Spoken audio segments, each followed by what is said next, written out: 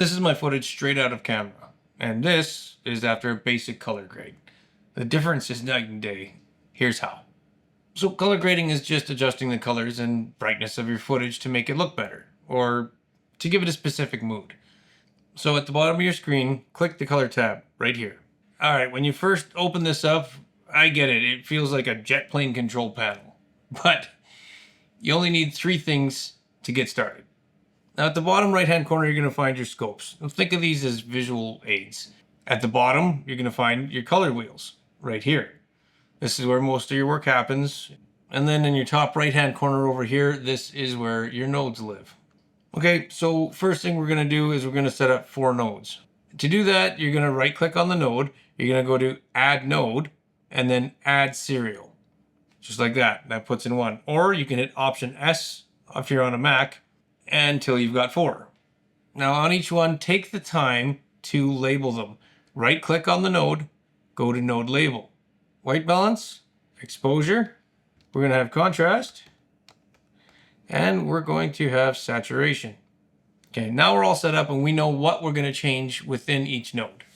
Why would we do that? It just keeps everything organized and lets you tweak one thing without messing up another. Starting with white balance.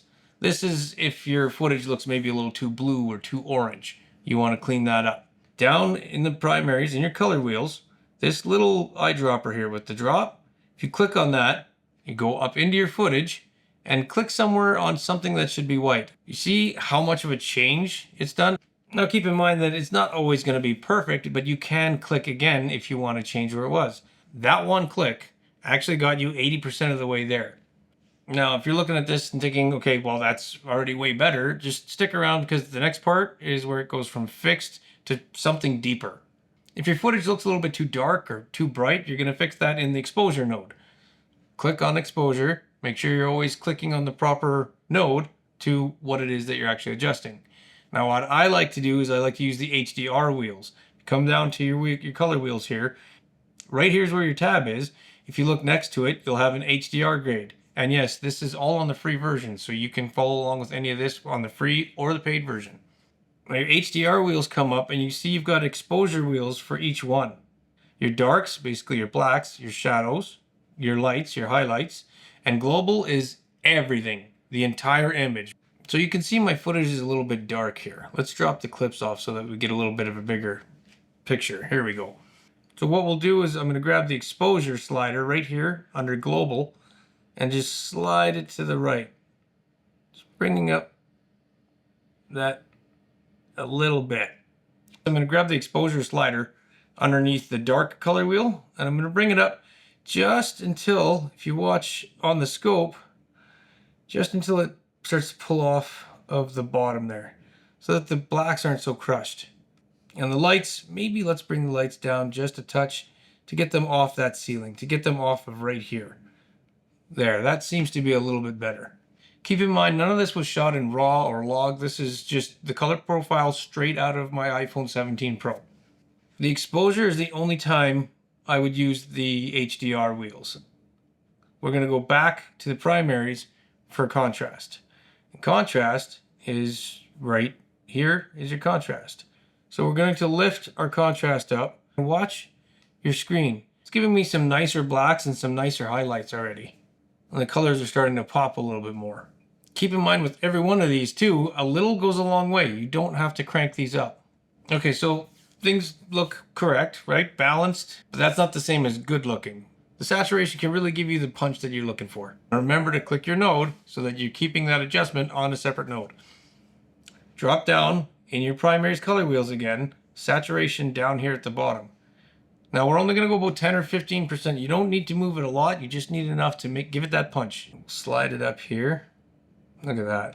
Now keep in mind when you're looking at the screen, sometimes it can be hard to tell, but if you click on the number of the node, it'll turn off what you've done.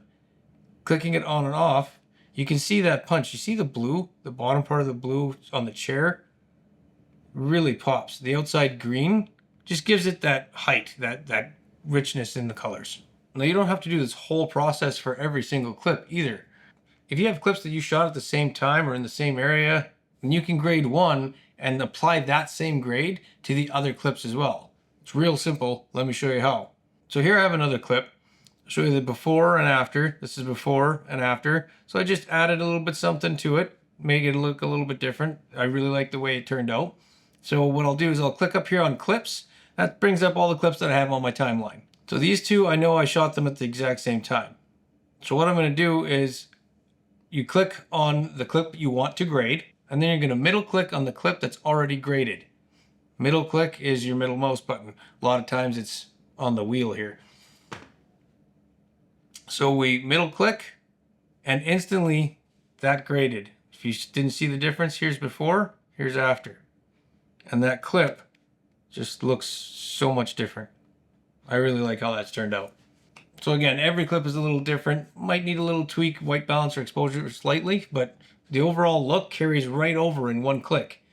Again, minutes saved on every clip is hours over an entire project. So that's color grading in DaVinci Resolve. For someone who's never touched the color page before, now you've got a basic idea. That's 80% of what most people need. The other 20%, like node trees and color space transforms and power grids, that's stuff you can learn later. Or never, honestly, depending on what you need it for. If you're just making YouTube videos of talking heads, you might not ever need to go that far. But if you do start using raw or log profiles, then you'll have to learn some new ways and new grading techniques. Now, if you've been avoiding the color page because it looked intimidating, hopefully this showed you that it's actually pretty approachable. You got this. If you want to learn more about editing in Resolve, I've got a video on editing faster that pairs perfectly with this one. It's right up here. And if this kind of DaVinci Resolve content is useful to you, consider subscribing. It actually helps me make more of it. Say hi to DaVinci for me, and I'll catch you guys in the next one.